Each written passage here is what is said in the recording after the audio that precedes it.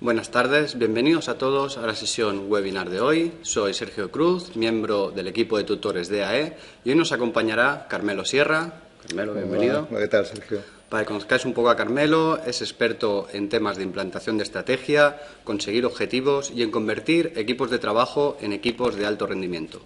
Aparte de ello, también es profesor de AE y vamos a aprovecharnos hoy de su experiencia para ver una visión práctica de los contenidos de estrategia empresarial. Nos lo va a presentar a través de 10 incógnitas, todo ello en una ponencia de 45 minutos. Después daremos paso al turno de preguntas, que durará 15 minutos, y para ello podéis escribirnos vuestras dudas a la cuenta de correo electrónico ciclos.adistancia@eae.es. Sin más, os dejo con Carmelo y espero que disfrutéis de la sesión. Muy bien, pues muchas gracias, Sergio. Evidentemente, muchas gracias también a la EAE Business School por invitarme para hacer esta webinar y, evidentemente, saludos a todos los que en estos momentos estáis en directo y también saludos a los que en algún momento pues veréis esta grabación, ¿no? Bueno, voy a tratar de compartir con todos vosotros, cuando le llamé 10 incógnitas a resolver, no es porque pueden ser 10, pueden ser 15, ¿no? Al menos son las que a lo largo de mi carrera profesional, los primeros 10 años en labores, digamos, en funciones comerciales, logísticas, gerenciales, y en los últimos 12 años, pues las que he podido ver pues en diferentes procesos de consultoría, estrategia organizativa, sobre todo principalmente con empresas familiares de toda España, ¿no? Entonces, bueno, vamos a ir viendo a lo largo de de estos 45 minutos, vamos a ir viendo esas 10 incógnitas que desde mi punto de vista tienen que estar bien resueltas para tener una estrategia empresarial con garantías, al menos con más garantías de éxito, y iremos viendo también casos que han habido que a lo mejor no han sido los más productivos, como han sido a lo mejor empresas familiares, regirá la confidencialidad, diría a lo mejor el sector, y luego, bueno, otras empresas que evidentemente han tenido éxito y que por todas son conocidas. Entonces, si os parece, pues bueno, vamos a ir a estas 10 incógnitas y vamos a ir directamente diciendo punto por punto todos estos aspectos. Bueno, lo primero, antes de, evidentemente, de hablar de estas 10 incógnitas, me gustaría compartir, pues bueno, en este mundo en el que estamos actual, pues lleno de volatilidad, cambiante, ambiguo, si hay algo que reina en el mundo actual es el término incertidumbre, ¿no? Y siempre digo que, como decía Immanuel Kant, que la incertidumbre es la capacidad que tiene la persona para soportar la incertidumbre, ¿no? Entonces, en la medida que seamos capaces de soportar y, entre comillas, gestionar la incertidumbre y ayudar a los que nos rodean a que esa incertidumbre también la puedan gestionar, tendremos más capacidad también para que esa estrategia empresarial llegue a buen término. Ya veis que ahí pongo que ahora es importante, evidentemente, vender, siempre es importante para existir. Hay que obtener, evidentemente, en los negocios rentabilidad para continuar, pero sobre todo tenemos que trabajar para que nuestros procesos, los procesos que hagamos en las empresas, sean verdaderamente sostenibles en el tiempo. Es así como se perdurará, ¿no? Y luego, muchas veces, cuando hay que hacer un cambio en las empresas, un proceso estratégico, muchas veces hay que pensar que no todo es una prolongación del pasado, sino que hay que pensar en qué se puede hacer diferente, ¿no? Y a lo mejor hay que coger diferentes rumbos que muchas veces cuesta llevar a término. Entonces, bueno, la primera incógnita que tendríamos que plantearnos es el qué, ¿no? ¿Qué es esto de la planificación estratégica, ¿no? La planificación estratégica, como bien sabéis, seguramente lo habréis estudiado en estas primeras 3 unidades de estrategia empresarial, siempre digo que es un proceso sistemático y participativo, ¿no? Sistemático porque toda estrategia, todo plan estratégico se debe hacer con una metodología, con una forma de trabajar, y participativo porque en algún momento de esa estrategia, sea en el diagnóstico, sea en la formulación, sea en la implantación, todo el mundo de la organización debe participar. Me he encontrado en muchas empresas cuando han desarrollado un plan estratégico, lo han llegado a formular, que han acabado en el cajón del director general, ¿no? Y bueno, lo importante es que esa estrategia llegue a buen término. Por eso, tenemos que tratar de hacer de ese DAFO, de esas debilidades, amenazas, fortalezas y oportunidades, ver cómo podemos hacer una cama, ¿no? Cómo corregir las debilidades, cómo afrontar las amenazas, cómo maximizar las fortalezas y cómo aprovechar las oportunidades. Y a partir de ahí, pues determinar con exactitud pues cuáles son diferentes aspectos que hay en la organización para que todo el mundo, alrededor de todo el mundo, colaboradores, directivos, managers, colaboradores, todo el mundo gire alrededor de ese proyecto para que realmente sea un proyecto común, rentable y sostenible en el tiempo. Entonces, bueno, evidentemente el proceso de planificación estratégica, como decía anteriormente, debe seguir una estructura coherente y cumplir con unas fases a desarrollar. En la fase de análisis, donde veremos la visión, la misión, el análisis externo, donde habrá que diseñar diferentes opciones estratégicas. La fase de formulación, donde habrá que seleccionar las estrategias o la estrategia adecuada, habrá que definir bien los objetivos. Y luego la fase de implantación, donde es, para mí, la fase más importante, ¿no? Donde ahí verdaderamente aparecen los obstáculos, ¿no? Y como luego veremos, es la clave de que una estrategia llegue a buen puerto. Entonces, bueno, dentro de esta primera incógnita, decíamos que lo primero que tenemos que hacer es tener bien construido un plan. Hay veces que nos lanzamos al precipicio y no sabemos si vamos a tener agua o una red, ¿no? Y hay veces que nos lanzamos a lo mejor no solamente una estrategia en nuestro país, sino a lo mejor queremos internacionalizarnos y vamos sin haber construido un plan bien definido en muchos aspectos, como luego veremos, ¿no? Y evidentemente, como cualquier proyecto, siempre, porque Murphy siempre está para incordiar, deberíamos tener un plan A, un plan B y un plan C. Si solamente vamos con un plan A y no ha funcionado, debemos tener que en la recámara otros planes de contingencia que hagan que esos primeros planes que habíamos planteado tengan éxito, ¿no? Aquí hay que tener siempre yo soy un apasionado de las frases, pues tanto de filósofos como escritores, como investigadores científicos, la frase de Einstein, ¿no? Que el éxito es 90% de preparación y 10% de inspiración. No lo hagamos a la inversa, ¿eh? Tendemos muchas veces a dejarlo todo a la inspiración y luego hay veces que funciona, pero hay veces que no. Entonces, siguiendo con las frases, otro gurú empresarial, Peter Drucker, hablando de la importancia de lo que es planificar. Planificar no es pensar en las decisiones futuras, sino en el futuro de las decisiones presentes. Por eso es muy importante en los primeros inicios de cualquier cambio de rumbo que hagamos en la empresa, en las decisiones que se toman en los inicios, por eso es importante el diagnóstico, son claves, porque en función de lo que decidamos en el inicio de esa planificación estratégica, llevaremos un rumbo u otro. Un cambio de 5 grados, si pensamos en un barco, un cambio de 5 o 10 grados en el inicio nos puede llevar a un destino, a una visión diferente. La segunda incógnita importante, ¿quién? Antes decíamos el qué, ahora vamos al quién. ¿Quién es el cliente? Muchas veces nos lanzamos a la piscina, como decía anteriormente, y no sabemos quién es nuestro cliente. Entonces, si no sabemos quién es el cliente, mal vamos a poder vender. Damos como se suele decir, matamos moscas a cañonazos, ¿no? Y hay que tener claro cuál es el cliente al que queremos dedicarnos, ¿no? Y sabiendo que el cliente actual, en la actualidad, es un cliente que es infiel con su marca. O sea, ahora muy pocas personas, incluso vosotros me estáis escuchando, si tuvierais que decir, pues yo soy fiel a esta marca, pues a lo mejor algunas sí, pero realmente como haya otro producto que nos satisfaga en la necesidad, pues nos iremos, ¿no? Por eso digo que el cliente actual es infiel con su marca y es algo con lo que tenemos que jugar. También, otro aspecto que no nos gusta como clientes es que nos den gato por liebre, ¿no? Porque nos lo podrán dar a lo mejor una vez, pero la segunda vez nos iremos a la competencia. Entonces, dentro de ese producto tenemos que tener claro, muy bien, en ese quién, de lo que vendamos, sea el producto o sea un servicio, qué ventajas aportamos con lo que se vende, a quién le va a servir, para qué lo va a usar, cómo lo va a utilizar, con qué frecuencia. Esos son aspectos que debemos conocer y saber de nuestro producto. Y luego, como decía antes, también más vale que el cliente no necesite otro producto de similares características. Por eso es muy importante también que nuestro producto, nuestro servicio, tenga un factor diferenciador. Como aquí pongo en esta imagen, la persona tiene que, cuando pasa por ahí, por ese pasillo, tiene que ver algo que le llame la atención. Aquí podríamos decir, como por ejemplo ahora seguramente habéis visto últimamente las galletas Oreo, ¿no? Pues aparte de la parte de marketing que han hecho, de publicidad y marketing, han hecho un cambio en su forma en su diseño, ¿no? Para que cuando pasemos por el lineal nos llame la atención. Por eso el factor diferenciador es muy importante.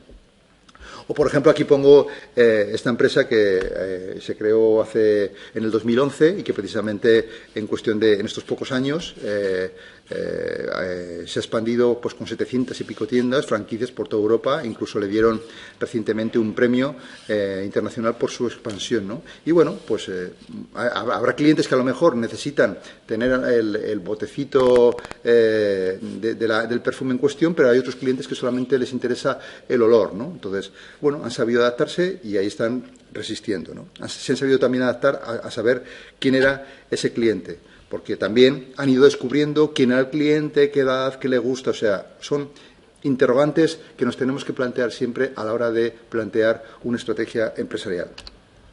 La tercera incógnita que tenemos que también plantearnos y para que se resuelva es el dónde. ¿Dónde vamos a vender nuestro producto o nuestro servicio? ¿En qué lugar? ¿En qué situaciones? Y para eso, pues también tenemos que tener muy claro dentro de nuestra empresa cuál es el posicionamiento.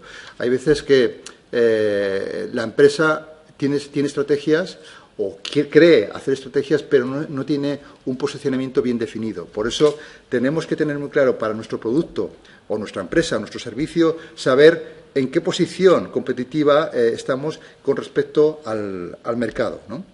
Incluso tenemos que tener claro cuán atractivo es el mercado, si está en decrecimiento o en crecimiento, si hay pocos o muchos competidores, qué márgenes vamos a obtener, cuál es la cuota de mercado que queremos obtener, qué imagen se quiere transmitir. Son aspectos que tenemos que resolver.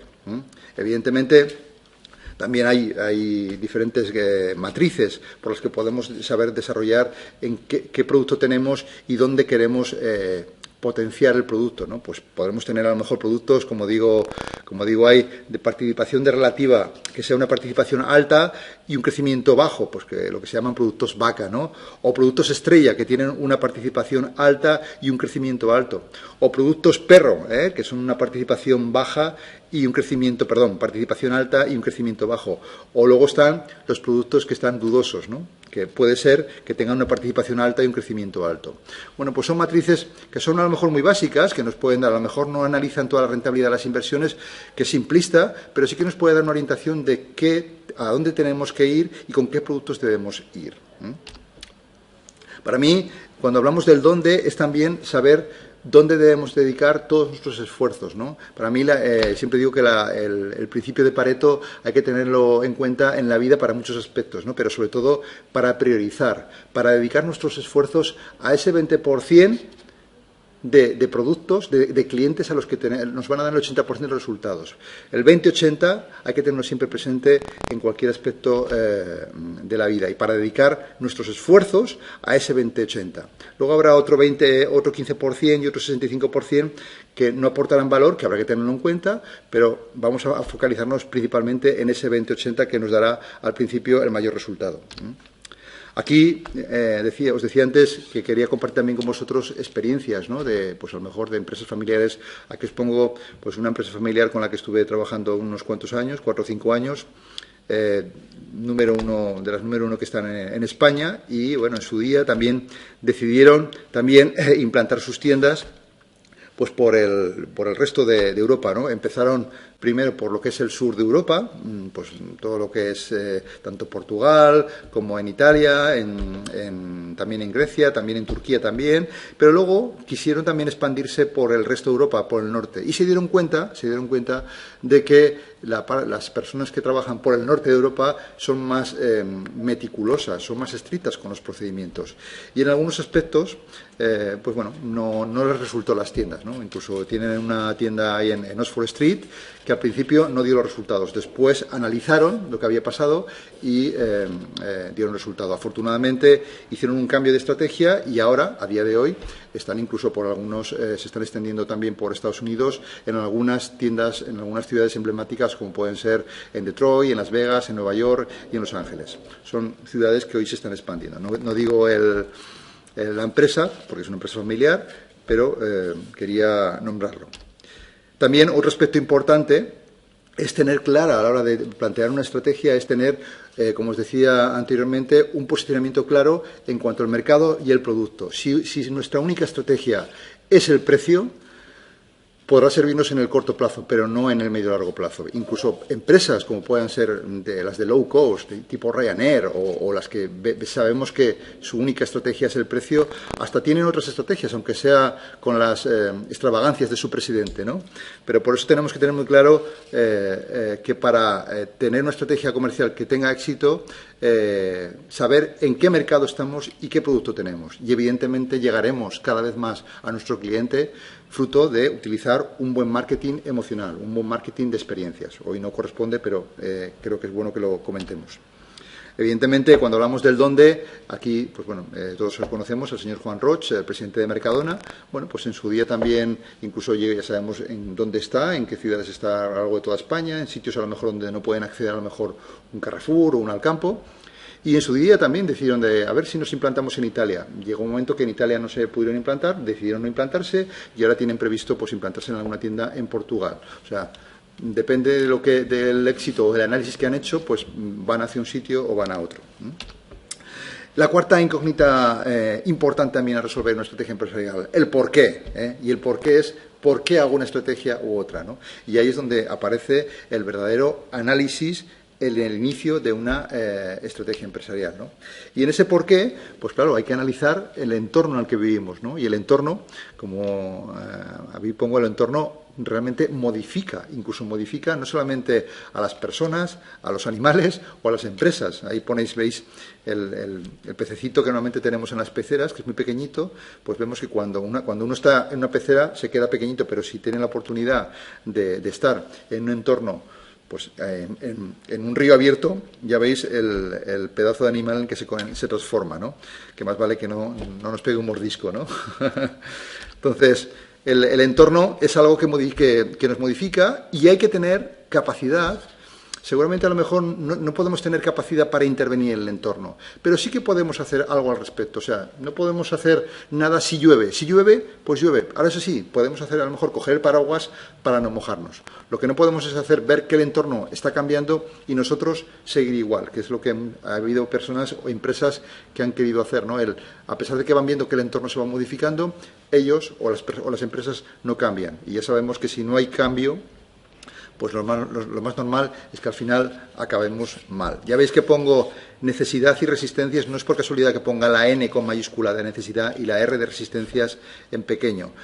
Tenemos que tratar de que esa necesidad sea realmente grande y que las resistencias que nos encontremos en las empresas y en las personas que sean las menores posibles. Porque si las resistencias son muy grandes y las necesidades son pequeñas, a lo mejor no promovemos cambios dentro de la organización.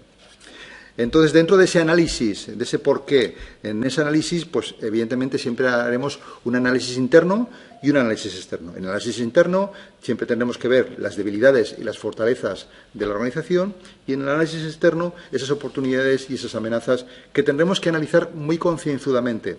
Y aquí es donde parte muchas veces el origen de que una estrategia tenga éxito o no, en que ese análisis DAFO se haga realmente a conciencia.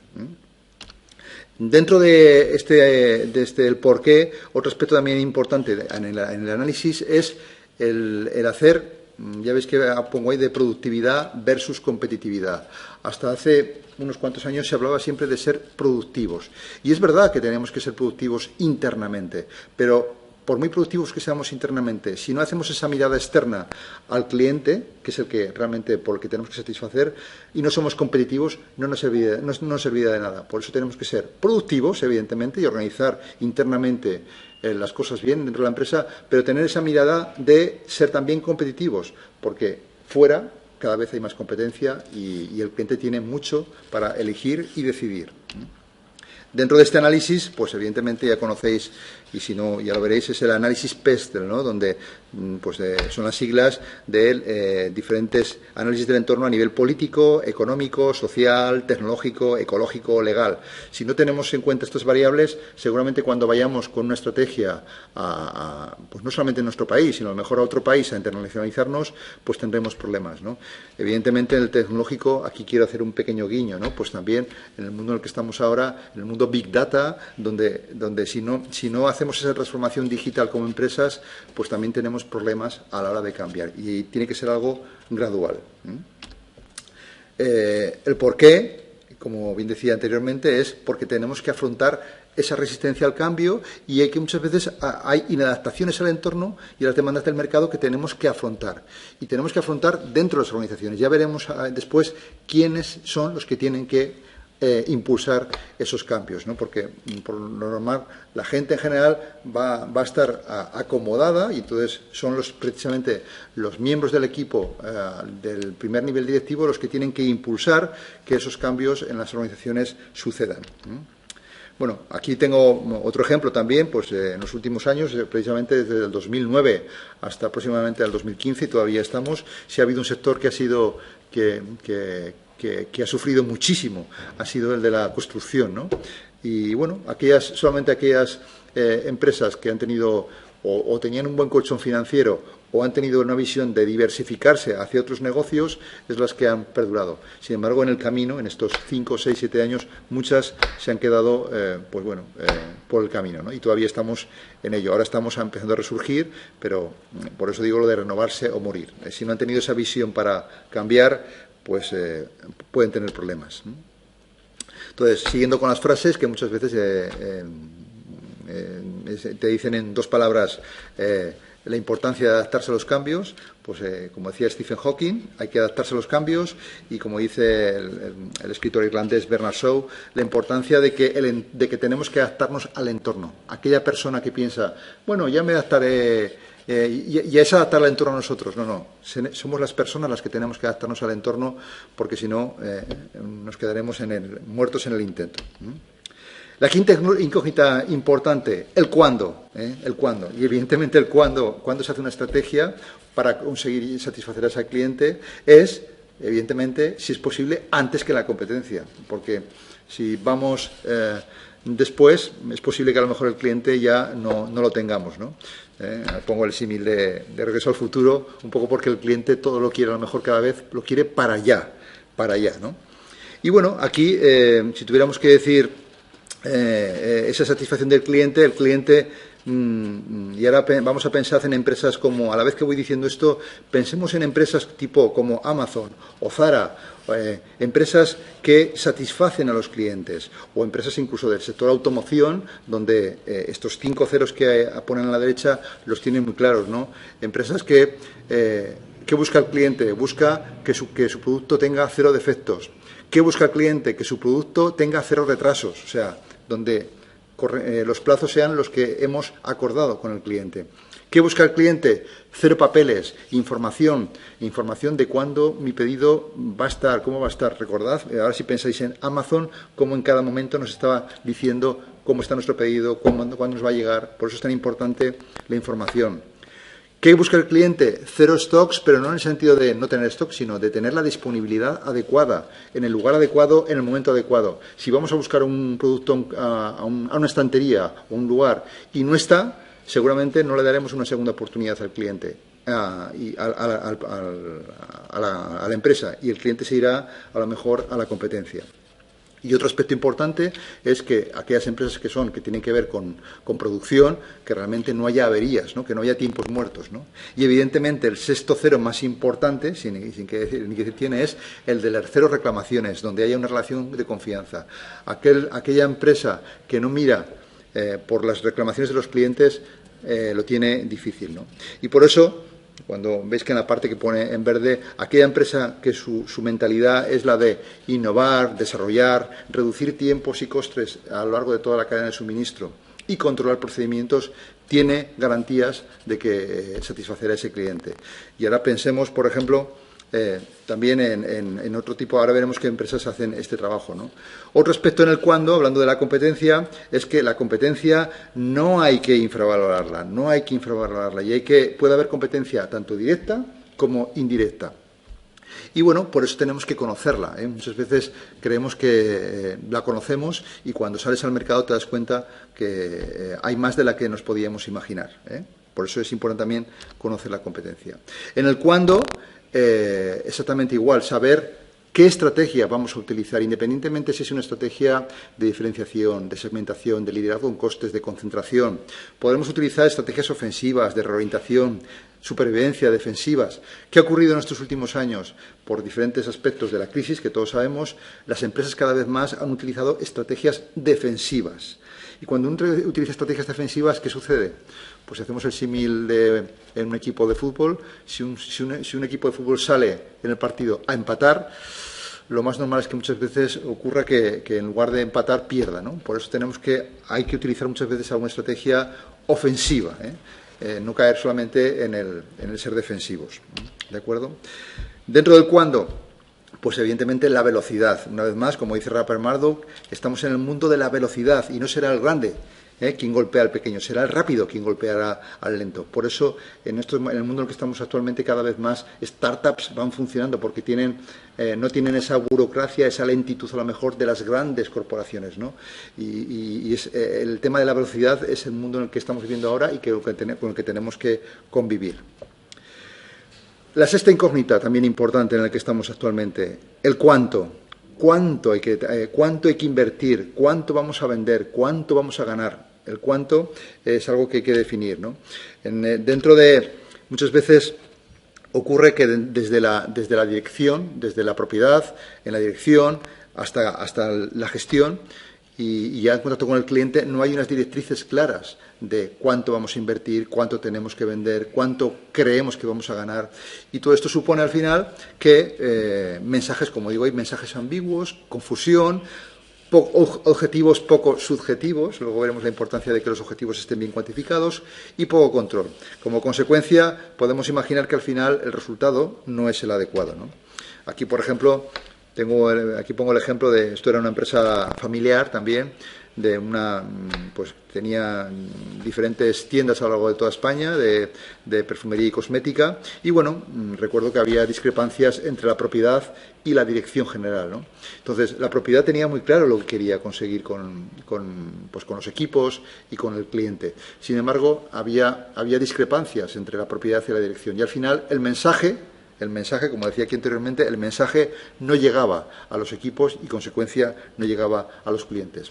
Al final se puso muy bonita la empresa y acabó vendiéndose a otra cadena de perfumerías que en su día la llegó a comprar. Ya veis que no todo son experiencias positivas. Entonces, evidentemente, cuando la estrategia empresarial baja y sube, digamos que hay muy buena comunicación y muy buena coordinación, es cuando conseguimos que el cliente realmente se quede satisfecho. En este cuánto, antes hablábamos de la importancia de que los objetivos. En los objetivos, cuando se planifican objetivos en nuestra estrategia empresarial, debemos tratar de que sean objetivos tanto estratégicos como operativos, no solamente en el día a día. Tenemos que plantear una estrategia. Si planteamos una estrategia a 1 año, a 2, a 3 años, porque en los tiempos que estamos ahora hacer una estrategia a 5 años es impensable, tenemos que plantear objetivos a corto plazo, a medio plazo y a largo plazo. Y sean corto, medio y largo plazo, debemos tratar de que respondan a esas 5 cosas, ¿no? Que sean, en inglés se llaman SMART, aunque a mí me gusta decirlo en castellano, que sean cuantificables, ambiciosos, realizables, asumibles por los directivos, por los mandos intermedios, por los colaboradores, y medibles en el tiempo. En la medida que esos objetivos están definidos por estas 5 siglas, habrá más posibilidades de que se lleguen a buen término. Porque el primer paso de conseguir un objetivo es por definirlo bien. Y el fijarlos, el escribirlos, equivale a reducir, como digo ahí, la distancia que nos separa de ellos. Otro aspecto del para qué, que en lo que tenemos que trabajar dentro de las empresas, es los valores y un cierto código ético a la hora de trabajar. Aquí dicen que una imagen vale más que 1000 palabras, ¿no? Hace 100 años el capitán era el último que se iba en barco. Ahora, en la actualidad, el capitán muchas veces a lo mejor es el primero que se va del barco, ¿no? Pues el tener ciertos valores, ciertos principios, es parte importante dentro de las organizaciones. Y bueno, evidentemente en las organizaciones podemos encontrar valores y contravalores. Contravalores, ahí tenemos una muestra de qué contravalores podemos tener en una organización, que evidentemente lo que hacen es desintegrar a la organización y llevan al fracaso. No voy a nombrar cada uno, pero bueno, todos ya vemos que precisamente no son positivos y sin embargo en las organizaciones reinan, ¿no? Y evidentemente si nos encontramos valores, y los valores los quienes nos inculcan son las personas, hacen que las organizaciones realmente estén íntegras. Hace poco hacía una conferencia con una empresa que había hecho más de 100 años. ¿Os imagináis de qué hablé, ¿no?, en esa conferencia? Pues hablé precisamente de los valores, de cómo habían hecho para que pasar de generación a generación los valores de las empresas de los que a lo mejor lo habían iniciado la empresa de los fundadores. En el para qué, como os decía anteriormente, si esa visión y esa misión no se transforma en realidad, el resultado, pues, ¿qué va a ser? Pues muy poca orientación hacia la calidad, hacia la satisfacción del cliente y, evidentemente, para conseguir muchas menores ventas. Por eso tenemos que tener muy claro siempre esa cadena de valor de Porter, ¿no?, donde los diferentes, sean actividades primarias como las actividades de soporte, que cada parte de la empresa, de toda la cadena de suministro, aporte su valor para que al final, veis en la flecha, a la derecha, aporte margen, ¿no? Esta es la clave de que las empresas, unas empresas triunfen y otras no, que cada parte de la cadena de valor aporte realmente valor añadido. Fijaros bien que desde los proveedores hasta los clientes pasan muchas cosas, pasan productos, procesos, tiempos, coste, y todo va a una velocidad endiablada, ¿no? Sin embargo, pues desde los proveedores hasta los clientes, pues por X motivos hay veces que se pierde información. Si somos capaces de que en toda esa cadena de suministro, en esa cadena de valor, no se pierda información, pues seguramente los clientes se quedarán satisfechos. Si por X motivo se pierde información, el cliente al final, que es el que nos da a todos de comer, se queda insatisfecho, ¿no? Aquí, pues bueno, pongo el ejemplo también, otra empresa familiar, también en España, pues bueno, tenían diferentes, formada por 4 hermanos, los dueños, evidentemente luego tenían sus equipos, bueno, pues tenían diferentes discrepancias, ¿no? Y no había un guía claro para los equipos, ¿no? Entonces no había un líder claro que transformara esa visión en realidad, ¿no? Y además había uno de ellos que quería hacer cambios revolucionarios. Y yo digo siempre que en las empresas tenemos que hacer cambios evolucionarios, no cambios revolucionarios. Los cambios revolucionarios no los asimila las personas y esto supone, a corto plazo puede parecer que conseguimos resultados, pero a la larga no es positivo. Por eso apostemos por cambios evolutivos, no revolutivos. Evidentemente, este es el ejemplo, ¿no?, cuando hablamos de la cadena de valor de Porter, de empresa que realmente sabe, reduce tiempos, reduce costes y controla los procedimientos. Y todo va a una velocidad grandísima, ¿no?, donde, pues bueno, ya sabemos que el éxito de Zara es su logística, el tener los diseños que en 15 días, desde que se decide hacer un diseño hasta que están las tiendas, no pasa más de 15 días, ¿no? Y para eso hace falta mucha información a lo largo de toda la cadena de valor. Aquí tenéis, por ejemplo, el ejemplo de lo que se llama el control de mando, ¿no?, que parece que estamos ahí como en la NASA, ¿no?, el control de mando de Inditex o el control de mando de Dell. También podríamos ver el control de mando de Gatorade, las bebidas, y es un control continuo de cuáles son las actitudes de los clientes para después reportar a las tiendas y a los que tienen que diseñar cada uno de los productos o servicios. Por eso es esa orientación total al cliente es la que tenemos que tener en nuestro día a día. Y bueno, como os decía antes, como decía Warren Bennis, el líder es el buen líder es aquel que tiene la capacidad para transformar la visión en realidad. Y hay muchos aspectos, seguramente se escuchará, no toca hoy hablar del liderazgo, ¿no?, pero siempre decimos que los líderes son los que hacen que los equipos consigan unas cosas u otras, ¿no? Ahí tenéis, digamos, diferentes, desde mi punto de vista, diferentes competencias y cosas que tiene que hacer un líder para transformar esa visión en realidad, ¿no? Desde el dar ejemplo, de creer en lo que se dice, de delegar, de organizar y planificar su trabajo, de hacer lo mismo que se dice y de decir lo mismo que hace. Este es uno de los motivos por el que muchos líderes pierden su liderazgo, porque dicen que van a hacer algo y luego hacen a lo mejor lo contrario, ¿no? El de asumir riesgos, el de trabajar con pasión, la pasión, que es lo que cada vez se pide más en las personas, ¿no? Y el hacer que realmente el entorno se sienta importante. Esas son características y evidentemente son conductores de emociones. Aquí, bueno, si tuviéramos que decir como un líder que transforma su visión en realidad, aquí tengo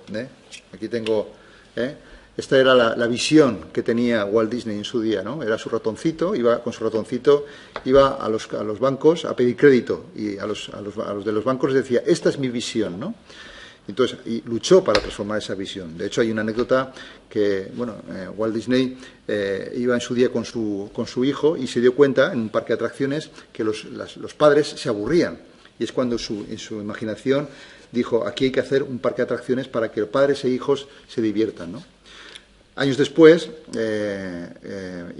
cuando se inauguró el Disney de Orlando, iban su viuda, Lillian Disney, y su mano derecha, Av Eworks, iban los dos, y esta mano derecha de Walt Disney le dijo a la viuda de Walt Disney, si Walt Disney viera esta inauguración, ¿qué diría?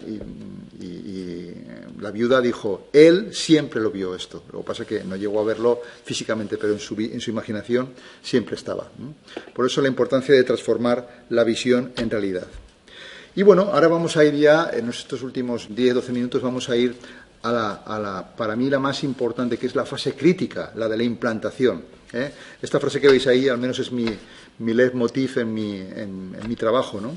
Que dice, esta es la frase de un músico alemán, que es Franz Heinrich Stockhausen, que dice que cuanto más evidente es el qué hay que hacer, más atención hay que prestar al cómo se hace. El qué hay que hacer, muchas veces en las organizaciones, no es que sea complicado diagnosticar. Hay veces que hay que hacer un diagnóstico profundo y hay que saber diferenciar de síntomas superficiales de problemas de fondo.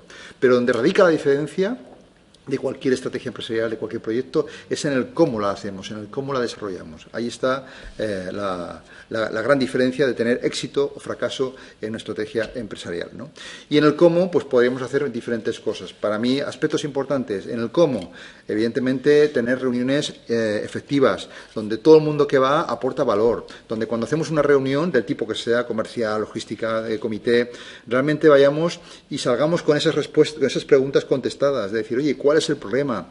¿Qué alternativas de solución hemos puesto? ¿Cuál ha sido la escogida? ¿Quién va a ser el responsable? ¿Cuándo lo hará? Algunas directrices de cómo lo conseguirá. ¿Qué criterios de control utilizará? Son respuestas que muchas veces vamos a una reunión y vamos ahí a calentar la silla, como se suele decir, ¿no? Pero no aportamos valor. Y es cuando la gente se desmotiva por hacer reunionitis, ¿no?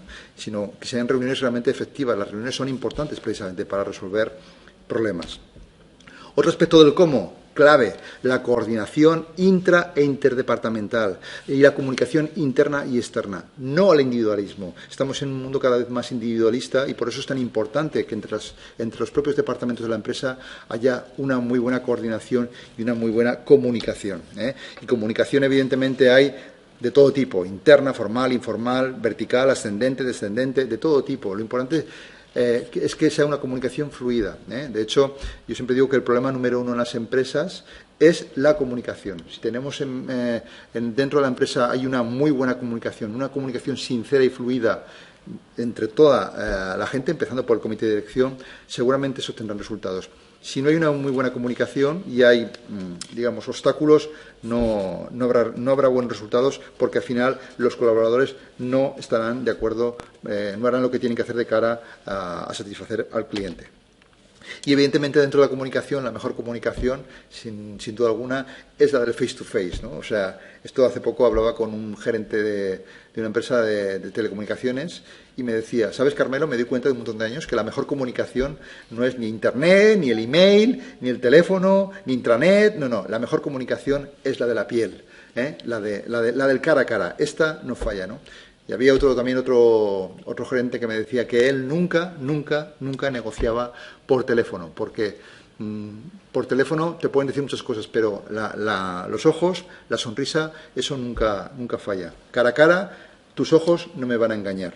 ¿De acuerdo? Por eso es tan importante lo de la comunicación del cara a cara y de fomentarla dentro de nuestras posibilidades.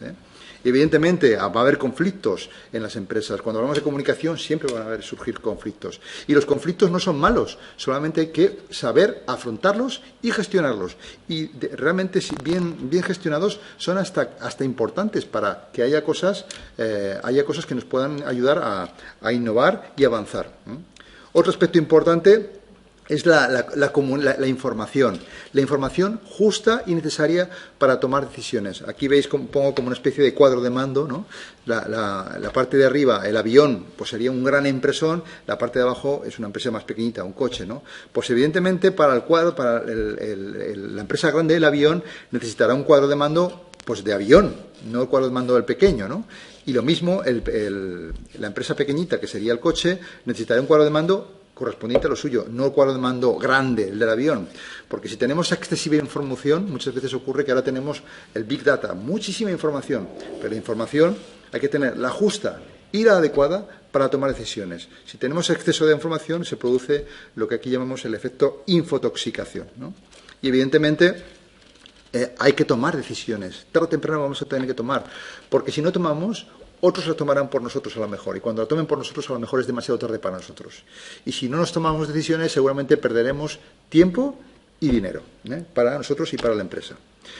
Otro aspecto importante de ese cómo, que tiene, que es el innovar. Y el innovar es pensar también de un modo diferente. Innovar no tiene que ser, no solamente es, cuando hablamos de, hace falta I más D más I, investigación, desarrollo, innovación. Yo las I más D más I las transformo con la I de imaginación, la D de dedicación y la I de ilusión. Entonces tenemos que transformar, en cualquier empresa podemos tener imaginación, dedicación e ilusión. Aquí, por ejemplo, pongo esta agencia, la agencia de viajes TUI, que se dio cuenta que obtenía más resultados no actuando como agencia de viajes, sino preparando excursiones en los lugares de destino. Y entonces es cuando se dio cuenta que es donde obtenía mayor margen y ha ido transformando su visión, de ser una simple agencia de viajes a hacer excursiones en los lugares de destino. A eso me refiero con el innovar. Y vamos con la incógnita 9, que serían los recursos, ¿no? Y recursos, evidentemente, tenemos de todo tipo, tangibles e intangibles. Los recursos tangibles, pues las instalaciones físicas que tiene la empresa, y los intangibles, que podrán ser pues humanos o no humanos, ¿no? Entonces, un aspecto que tenemos que tener en cuenta es que si vamos a hacer una estrategia ambiciosa, tendremos que pensar que vamos a necesitar ayuda. Uno de los grandes problemas, muchas veces ocurre que nos planteamos una estrategia que creemos que lo vamos a hacer por nosotros mismos y necesitamos a lo mejor recursos, recursos financieros, logísticos, tecnológicos, para gestionar la marca, para inculcar una cultura organizativa. Incluso también necesitamos asesorarnos y apoyarnos en gente externa que nos ayude si vamos a lo mejor a otros países, a recursos legales, financieros, en consultoría, para ayudar a las empresas a implantar esas estrategias, ¿no? Evidentemente, el más importante, recursos humanos, ¿no? Y saber que los recursos humanos es la clave, ¿no? Tenemos que incentivar el talento. Y cuando decimos hay una frase muchas veces que se suele decir que a la gente se le contrata por talento y se le despide por talante, ¿no? Entonces, tenemos que tratar de incentivar el talento de las personas, descubrirlo y hacer lo posible para que realmente esté dentro de la organización, ¿no?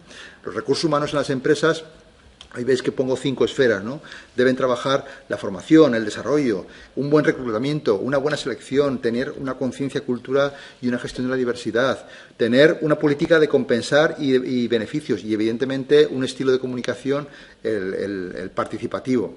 Y veis que en la motivación, las personas pueden estar más o menos motivadas, podrán estar más o menos satisfechas, podrán estar más o menos vinculadas, y veis que hablo de vinculación. Aquí, la vinculación, últimamente se escucha mucho lo de la retención del talento.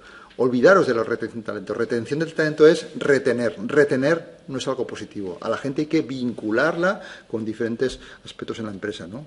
Y luego, pues, que realmente la gente esté comprometida. Hay estudios que dicen que ahora mismo en España solamente en torno al 11, el 15% están las personas comprometidas con su empresa. Luego hay un 65% que están ahí, que forman parte del paisaje, no sabemos si forman parte del problema de la solución, y luego hay un 20% que incluso están presentes pero ausentes, están buscando trabajo. O sea, que realmente comprometidas hay muy pocas personas, pero tenemos que tratar de que ese porcentaje de compromiso vaya avanzando con el tiempo. Dentro de los recursos, ni qué decir tiene, el líder tiene una tarea importante, ¿no? De aprovechar lo mejor de las personas. Si tenemos personas con muchas habilidades, pero no les planteamos retos, pues al final caerán en el aburrimiento, ¿no? Y viceversa, si tenemos gente que tiene pocas habilidades y les planteamos unos grandes retos, a lo mejor van a caer en la ansiedad. Por eso la tarea del líder, la función del líder principal, es el guardar ese equilibrio entre los hábitos y las habilidades y los conocimientos que tienen las personas a las que tiene que dirigir y los retos que tenemos que plantearles. De esa manera es cuando buscaremos el equilibrio ese de 45 grados, donde habrá motivación y satisfacción por parte de todos los colaboradores.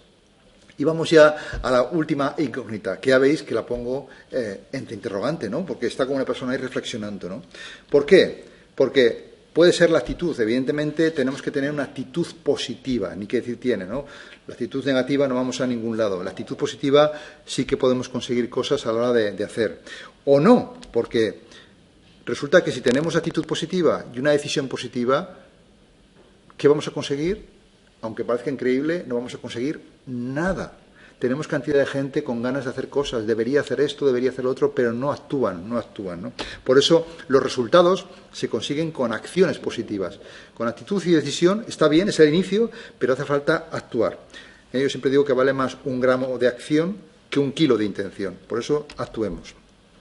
Así que como conclusión de todas estas incógnitas que hemos ido viendo en estos 45 minutos, diría que tenemos que tener claro cuál es nuestro plan, tenemos que tener claro a quién vamos a vender, quién es nuestro cliente, tenemos que tener claro dónde vamos a vender, tenemos que tener claro por qué hacemos una estrategia u otra, también cuándo vamos a dedicar a hacer una estrategia u otra, cuánto vamos a invertir, cuánto pensamos que vamos a vender, cuánto pensamos que vamos a ganar, cuantificar el control, el para qué, tener claro cuál es el fin de nuestra estrategia, por qué, cuál es nuestra visión, cuál es nuestra visión, el cómo, ya hemos dicho la importancia del cómo, que si no tenemos claro cómo lo vamos a hacer, pues será un fracaso, y también, evidentemente, qué recursos vamos a necesitar. Y al final todo gira alrededor, una vez más, como siempre en la vida, todo gira alrededor de la actitud y la acción de las personas, porque gente con ideas hay mucha, gente con ganas de hacer cosas también hay muchas, pero las personas que mueven el mundo son las personas que actúan. Sin acción no hay resultado. Así que he dicho 10 incógnitas que podrían ser más, seguro, ¿no?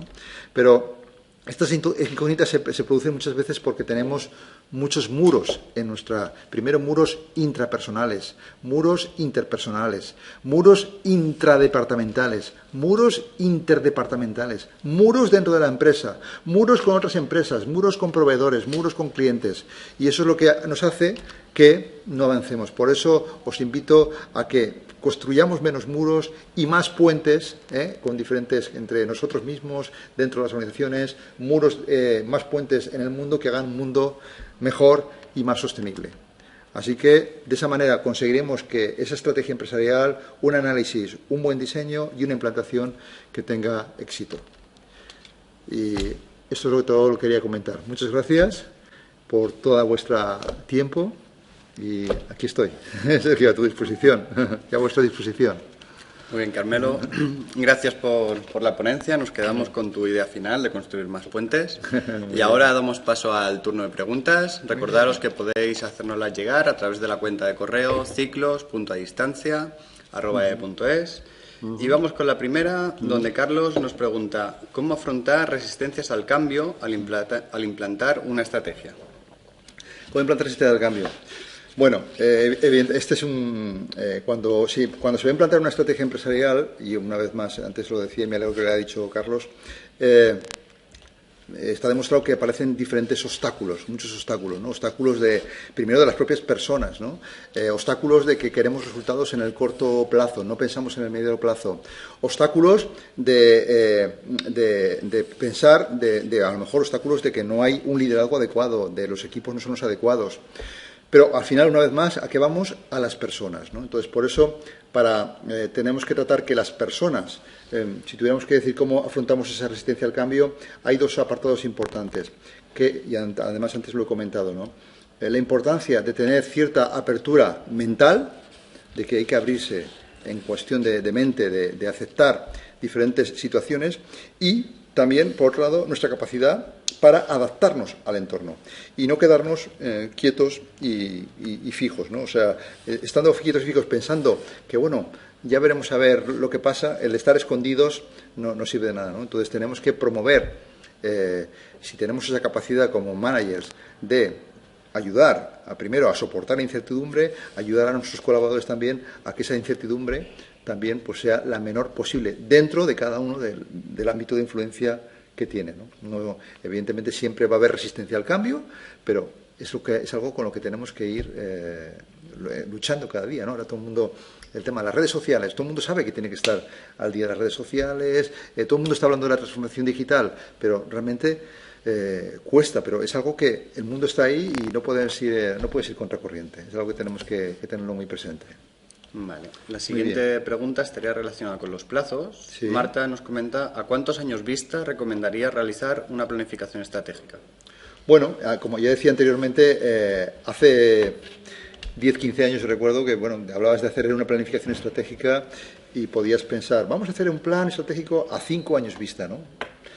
En el mundo que estamos actualmente, ahora que se habla mucho del mundo VUCA, ¿no? El mundo VUCA de volátil, cambiante, ambiguo, y la U de incertidumbre precisamente, lo que hoy pensamos dentro a lo mejor de 1 año, 2 años, ya se ha quedado obsoleto, ¿no? Entonces, evidentemente hay que tener una visión de lo que quieres conseguir a lo mejor como empresa en 2-3 años, pero tiene que ser algo muy dinámico, algo que esté en constante control, y a partir de ese control, bueno, ir rehaciendo de una visión. Puedes tener tú a lo mejor tu visión de lo que quieres llegar y puedes a lo mejor hacer un cambio de rumbo, pero tu visión de a lo que quieres llegar no puede desviarse mucho, porque al final, cuando va solamente fruto del impulso, de lo que, mira, hoy a ver cómo sopla el aire, voy por ahí, pues voy por ahí. No. Puedes soplar el aire para allá o para allá, pero tu visión es siempre el norte, y eso es lo que hay que tenerlo siempre claro. Los primeros que tienen que tenerlo claro son los propios miembros del primer directivo, ¿no? Que luego en cascada lo transmitirán al resto de la organización, ¿no? Para que realmente esa organización realmente satisfaga después al cliente, que es por el que tenemos que trabajar. Vale. La siguiente pregunta, sí. Alberto nos comenta, ¿qué opinión te merece las empresas que han conseguido éxito sin ninguna estrategia empresarial? Bueno, evidentemente, a lo mejor piensan que no han tenido ninguna estrategia empresarial. Muchas veces en las empresas, la palabra empresa viene de empresarios. Yo que tengo la oportunidad de trabajar con muchas empresas familiares, viene del origen del empresario que ha sido tremendamente intuitivo. Y precisamente, pues bueno, ahora ponemos aquí el ejemplo de Zara. En su día, el señor Amancio Ortega tuvo una tremenda intuición de lo que quería. Y luego se ha tenido que rodear a lo mejor de directivos que han ido aportando valor y luego, evidentemente, lo que ha sucedido, ¿no? Entonces, seguramente se han podido obtener resultados e intuitivamente han tenido una estrategia. Lo que pasa es que a lo mejor eran más anárquicos. Pero en el mundo en el que estamos actualmente tienes que combinar ese equilibrio entre la parte intuitiva, ese liderazgo intuitivo que a lo mejor tiene que estar, y esa dirección, para que haya un equilibrio entre la parte empresarial y la parte de la dirección y la gestión. Cuando solamente en la empresa reina la parte directiva, pero no reina la parte empresarial, pues es verdad que se tiene pocos resultados. Siempre en cualquier empresa que se digne de querer tener éxito, en algún momento ha tenido que haber una visión, una intuición empresarial. Lo que trata es que esa intuición se transforme también en algo, en un control y en algo ordenado, como decía al principio, con una metodología y una sistemática. Todo el mundo al final tiene que tener, en el mundo que estamos actualmente, un cierto orden y una cierta metodología, insisto, sin perder la visión, la intuición de ese empresario que bueno, cada vez, aunque parezca que no, hay mucho espíritu empresarial, ¿eh? En los últimos años se ha respirado cada vez más, pero es algo que hay más empresarios de los que nos imaginamos y con muchas ideas empresariales. ¿Qué más? Marta nos pregunta, ¿cómo podemos aumentar el interés en las reuniones? Bueno, me alegro que me digas esta pregunta. Antes precisamente he comentado el tema de las reuniones, y las reuniones, hace poco escribí un artículo en mi web que le ponía, ¿qué tengo, doctor? Y decía, usted tiene reunionitis, ¿eh? Entonces, ¿qué pasa? Las reuniones, evidentemente, si son productivas, es la mejor forma de que una empresa vaya avanzando. ¿Qué pasa? Que muchas veces se va a la reunión y quien tiene que liderar la reunión, sea el responsable del departamento o el propio gerente, tiene que moderar la reunión. Y moderar la reunión significa que todo el mundo ha tenido que venir puntual a la reunión, todo el mundo ha tenido que venir preparado a la reunión. Lo de la preparación, preparar significa esfuerzo con las tareas realizadas, donde todo el mundo aporte a eso que decía de qué problema hay, qué alternativas de solución planteo, todo el mundo aporte soluciones, todo el mundo aporte, discrepe, que no se convierta solamente en un monólogo o de una o dos personas, porque cuando aparece el monólogo de una o dos personas es cuando el resto, los 5 o 6 que están a lo mejor que van solamente a calentar la silla o creen que van a calentar la silla, dicen pues estoy desmotivado, ¿no? Y entonces cuando piensan que la reunión es una pérdida de tiempo, pero si realmente se prepara, se planifica y se hace incluso de un modo cíclico, pues cada 7 o cada 15 días analizamos qué ha pasado, cómo estamos y hablamos del futuro. Y eso sí, en cuestión del tiempo, un error que suele cometer mucha gente en las reuniones es que estamos hablando el 60% del pasado, un 20% del presente y un 20% del futuro. Y el pasado está. Hay que hablar del pasado, ¿vale? Pero no nos regodeemos en el porqué. El porqué lo que hace es juzgar y juzgar y juzgar. Vamos a trabajar más con preguntas que empiecen con la palabra qué y con la palabra cómo. ¿Qué haríamos? ¿Cómo lo haríamos? Porque eso nos orienta al futuro. Entonces, de esa manera las personas, cuando se van por la puerta, si cuando se van por la puerta se van con más trabajo que con el que han venido, querrá decir que la reunión ha sido efectiva y será realmente motivadora para ir avanzando en la organización. Y esa es la única forma de mejorar, ¿no? La siguiente pregunta nos dicen, Carmelo, ¿cuál consideras que sería la incógnita número 11? Bueno, podría ser mi punto de vista, pero he puesto 10 incógnita y me gusta esto, ¿no? Bueno, he acabado, si os fijáis, he ido avanzando desde el inicio hasta el final y ahora podríamos empezar también, podríamos hacer un monográfico, pues de lo que estamos ahora, ¿no? De la transformación digital, ¿no? Por ejemplo, ¿no? Pues podríamos hacer un monográfico mi empresa se está adaptando a esa transformación digital en la que me va demandando cada vez más el mercado. O sea, he puesto 10 incógnitas, pero si os fijáis, y sé que he ido deprisa en algunas, con cada una de ellas podríamos ahora subdividirlas en muchas, ¿eh? O sea, podríamos haber planteado 10, como podríamos haber hecho 25, ¿eh? Entonces, luego, con cada una de ellas podríamos ahora subdividir, ¿no? Entonces, podría ser, por ejemplo, la transformación digital podría ser la número 11, ¿no? Y ahora podemos hablar ahora de transformación digital. O dentro del cliente podríamos hacer los gustos del cliente. ¿Cómo hacemos para que el cliente realmente se le satisfaga? Pues podríamos hablar diferentes aspectos. Tienes alternativas. Vale, la siguiente pregunta es de Vivian y quiere tu opinión sobre si es posible, ella siendo directora, gestionar su empresa pero desde fuera de España, una empresa que acaba de comenzar, pero sí, que pues, está en la distancia. Vale, pues ahí te diría, no he entrado, mira, ahora me lo pones también como otra incógnita más, ¿no? Hay un aspecto en las empresas, uno de los momentos que una empresa es un aspecto crítico es el de la internacionalización. Entonces, poner una oficina en otro país, ¿no? Y una vez más, mi obligación es decir qué cosas funcionan, qué cosas no funcionan, ¿no? ¿Qué cosas no funcionan? Querer gestionarla desde mi oficina, querer gestionar, por ejemplo, estamos en España, estamos aquí, ahora estamos aquí en Barcelona, y quiero poner una sede en Ecuador o en Pekín. Entonces, uno de los grandes fallos que muchas veces se cometen, de hecho, el 85% de las empresas que deciden internacionalizarse, el 85% fracasan por diferentes motivos, porque a lo mejor creen que se va a hacer desde por email o por videoconferencia. Al final, cuando he dicho antes lo del contacto físico, es que es verdad, es que podemos hacer muchas videoconferencias, mucho Skype, al final tienes que estar in situ en el lugar, porque ahí verás muchos aspectos, verás culturas, verás situaciones, no es todo leerlo por Google, las cosas hay que palparlas. Y de hecho, uno de los motivos, por ejemplo, si ponemos, por ejemplo, ¿cuál es uno de los errores cuando hay empresas que quieren internacionalizarse en Oriente? Pues uno de los principales errores es que no tienen fallos culturales. Por ejemplo, en Oriente, en China, hay dos aspectos importantes. Uno es el guanxi, que son las relaciones personales, y otro son las leyes del confucianismo. Pues puedes haber hecho una gran estrategia empresarial y resolver estas 10 incógnitas que he hablado. Pero como tengas en esa estrategia empresarial tres fallos culturales de cómo la forma de pensar en relación con el guanxi, con las relaciones, las confianzas y aspectos que tienen que ver con el confucianismo, pues tú has podido desarrollar toda una gran estrategia empresarial y luego llegar y fastidiarla por tener esos fallos culturales, ¿no?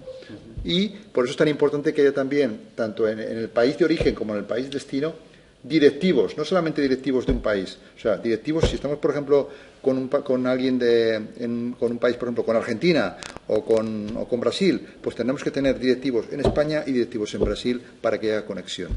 Porque el tema cultural es vital, es importante. Aunque tengamos el mismo lenguaje, el tema cultural es clave.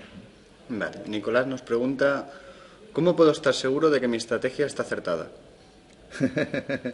Bueno, pues yo diría, principalmente, si los objetivos, como he dicho anteriormente, si los objetivos que te has definido, que van en relación con la estrategia, si se supone que te los has definido bien, se supone que te has planteado unos objetivos desde diferentes puntos de vista, ¿no? Estratégicos, operativos, a nivel de resultados, porque al fin y al cabo todas las empresas lo que quieren es buscar resultados.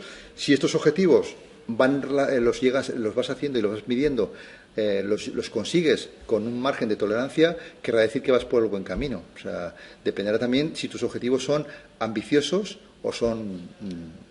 Depende también de qué tipo de objetivos te has puesto. Yo siempre digo que igual antes decía 3 alternativas, plan A, B y C, pues incluso también tiene que plantearse uno escenarios pesimistas, intermedios y optimistas. Entonces, veamos qué escenario, si te has planteado 3 escenarios, 3 alternativas, si ves que el escenario no llegas ni siquiera al escenario pesimista, pues a lo mejor tienes que hacer un cambio de rumbo, ¿no? Vale, pues finalizamos aquí el turno de preguntas. Muy bien, Sergio. Gracias, Carmelo, por habernos acompañado Muy hoy. bien, gracias a vosotros. Esperamos que hayáis disfrutado de la ponencia y volvemos el mes que viene con el siguiente webinar. Muy bien. Buenas tardes. Gracias.